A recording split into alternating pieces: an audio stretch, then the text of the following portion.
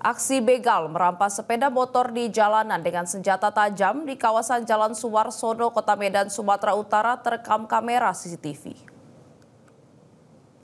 Pelaku dengan tega melakukan kejahatannya saat korban yang tidak berdaya karena luka atas perbuatan pelaku langsung melarikan diri dan meninggalkan sepeda motornya.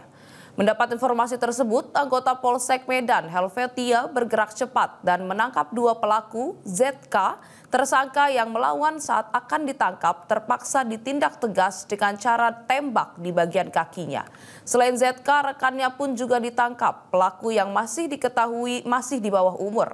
Atas penangkapan ini, Kapolrestabes Medan, Kombes Pos Gideon Arif Setiawan langsung mendatangi Polsek Medan Helvetia untuk melakukan pemeriksaan langsung terhadap tersangka. Dari kasus begal ini, polisi mencatat ada 7 kelompok yang terlibat dalam kasus begal di Kota Medan. Rata-ratanya masih di bawah umur.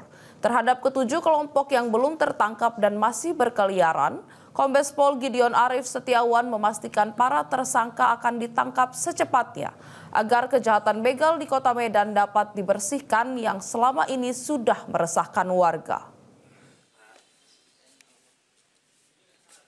Menggunakan kekerasan, yaitu menggunakan senjata tajam berupa celurit dari salah satu kelompok komplotan. Dan dari tersangka, dia sudah melakukan 4 kali dengan modus kekerasan.